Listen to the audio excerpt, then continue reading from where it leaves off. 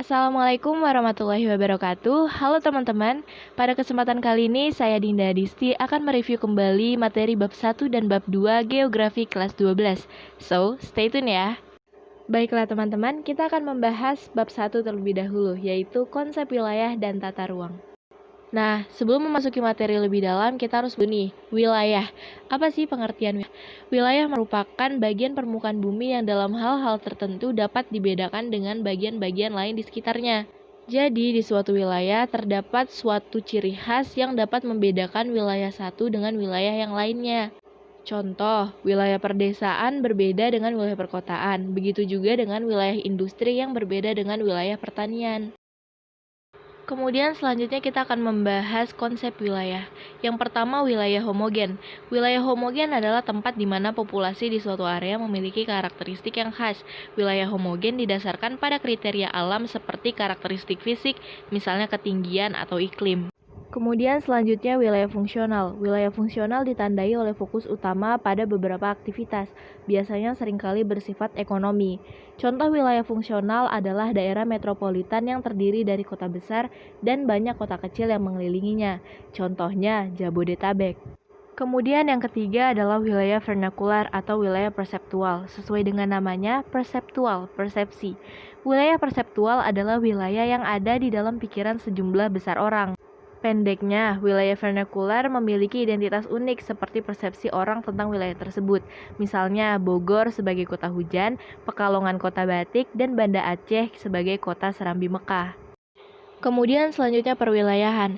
Perwilayahan merupakan upaya untuk membagi-bagi permukaan bumi menjadi unit-unit teritorial dalam lingkup dan tujuan tertentu. Contohnya, peta persebaran hewan dan tumbuhan. Melalui proses perwilayahan, wilayah-wilayah geografi tertentu mempunyai karakteristik tertentu yang membedakan wilayah itu dengan wilayah lainnya. Kemudian untuk melaksanakan perwilayahan ada 3 metode yang dapat digunakan. Ketiga metode itu adalah sebagai berikut. Yang pertama generalisasi wilayah, yang kedua delimitasi wilayah, yang ketiga klasifikasi wilayah. Kemudian selanjutnya adalah tata ruang. Tata ruang adalah wujud struktur ruang dan pola ruang. Struktur ruang adalah susunan pusat-pusat permukiman dan sistem jaringan prasarana dan sarana yang berfungsi sebagai pendukung kegiatan sosial ekonomi masyarakat secara hierarki yang memiliki hubungan fungsional. Sementara itu, pola ruang adalah distribusi peruntukan ruang dalam suatu wilayah yang meliputi peruntukan ruang untuk fungsi lindung dan peruntukan ruang untuk budidaya. Kemudian selanjutnya adalah pembangunan dan pertumbuhan wilayah. Pembangunan nasional atau pembangunan wilayah adalah upaya yang dilaksanakan oleh semua komponen bangsa dalam rangka mencapai tujuan bernegara. Kemudian ada teori lokasi sebagai dasar perlunya pembangunan wilayah. Yang pertama, teori lokasi pertanian.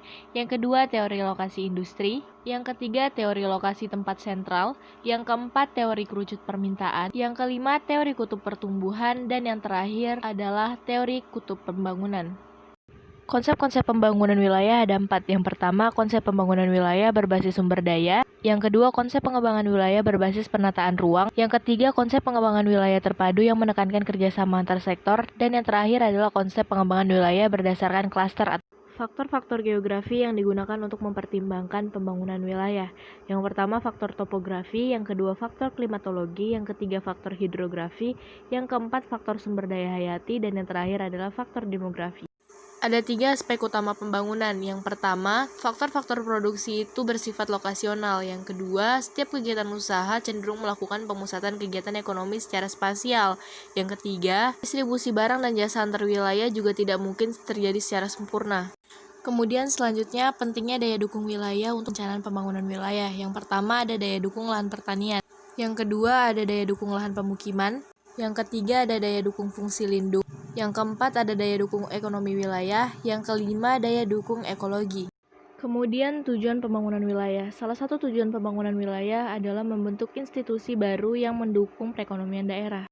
Kemudian selanjutnya adalah pembangunan wilayah berkelanjutan. Tujuan pembangunan wilayah berkelanjutan salah satunya adalah mengentaskan segala bentuk kemiskinan di semua tempat. Selanjutnya adalah teori pertumbuhan wilayah. Teori pertumbuhan wilayah dapat didefinisikan sebagai laju pertumbuhan ekonomi suatu wilayah dalam kurung waktu tertentu. Berikut adalah beberapa teori pertumbuhan wilayah.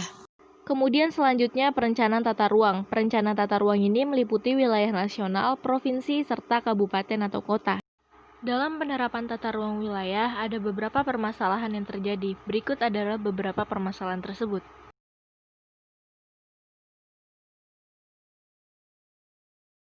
Pengertian desa. Desa secara umum adalah pemukiman manusia yang letaknya di luar kota dan penduduknya berjiwa agraris. Berikut merupakan syarat-syarat pembentukan desa. Selanjutnya adalah ciri khas desa. Berikut adalah beberapa ciri khas desa. Salah satu kriteria kawasan perdesaan adalah memiliki fungsi kawasan produksi pertanian kabupaten. Kemudian salah satu fungsi desa dalam hubungannya dengan kota yaitu desa dapat sebagai hinterland atau daya dukung atau daerah dukung. Pengelompokan tipologi desa dapat dilakukan sekurang-kurangnya berdasarkan kekeran pola pemukiman, pola mata pencarian atau kegiatan utama masyarakat, dan tingkat perkembangan kemajuan desa. Selanjutnya, berikut adalah beberapa struktur keuangan desa. Kota dapat didefinisikan sebagai pemukiman penduduk yang hidup terutama dari perdagangan bukan pertanian. Berikut merupakan kriteria kawasan perkotaan. Menurut seorang ahli tata kota Amerika Serikat, suatu kota dapat ditinjau dari aspek sebagai berikut. Berikut ini merupakan beberapa fungsi kota. Dalam menggambarkan lokasi kota sesuai fungsinya, berikut adalah 6 topologi kota. Selanjutnya menurut Mumford, berikut adalah 6 tahap perkembangan kota. Pola keruangan kota harus selaras dengan alam dan memanfaatkan sepenuhnya faktor alam. Dengan ini, pola keruangan dapat berguna dan berkelanjutan. Struktur ruang kawasan perkotaan dipengaruhi oleh fungsi kota tersebut. Pada kota industri, struktur kota akan cenderung mengarah pada jenis kegiatan industri. Struktur kota dapat ditinjau dari dua aspek sebagai berikut. Interaksi desa dan kota merupakan kontak atau hubungan antar dua wilayah atau lebih yang dapat menimbulkan gejala atau masalah baru. Untuk menganalisis dan meramalkan pola interaksi, teori-teori berikut kerap digunakan. Pembangunan nasional merupakan rangkaian pembangunan yang berkesinambungan yang meliputi seluruh kehidupan masyarakat, bangsa, dan negara untuk melaksanakan tugas mewujudkan tujuan nasional yang tercantum dalam pembukaan Undang-Undang Dasar 1945. Masalah-masalah dalam pembangunan. Yang pertama, tertinggalnya masyarakat yang berada di daerah terpencil. Kemudian, tata ruang yang berada dalam kondisi krisis. Selanjutnya, banyaknya wilayah yang memiliki produk unggulan, serta banyaknya wilayah-wilayah perbatasan. Selanjutnya, tantangan pembangunan dalam bidang wilayah dan tata ruang. Yang pertama, pengaturan tata ruang sesuai peruntukan. Yang kedua, pengurangan kesenjangan pembangunan antar wilayah. Yang ketiga, menyiapkan diri menghadapi pasar global untuk mendapatkan keuntungan secara maksimal. Selanjutnya, berikut merupakan beberapa faktor yang mempengaruhi perkembangan kota.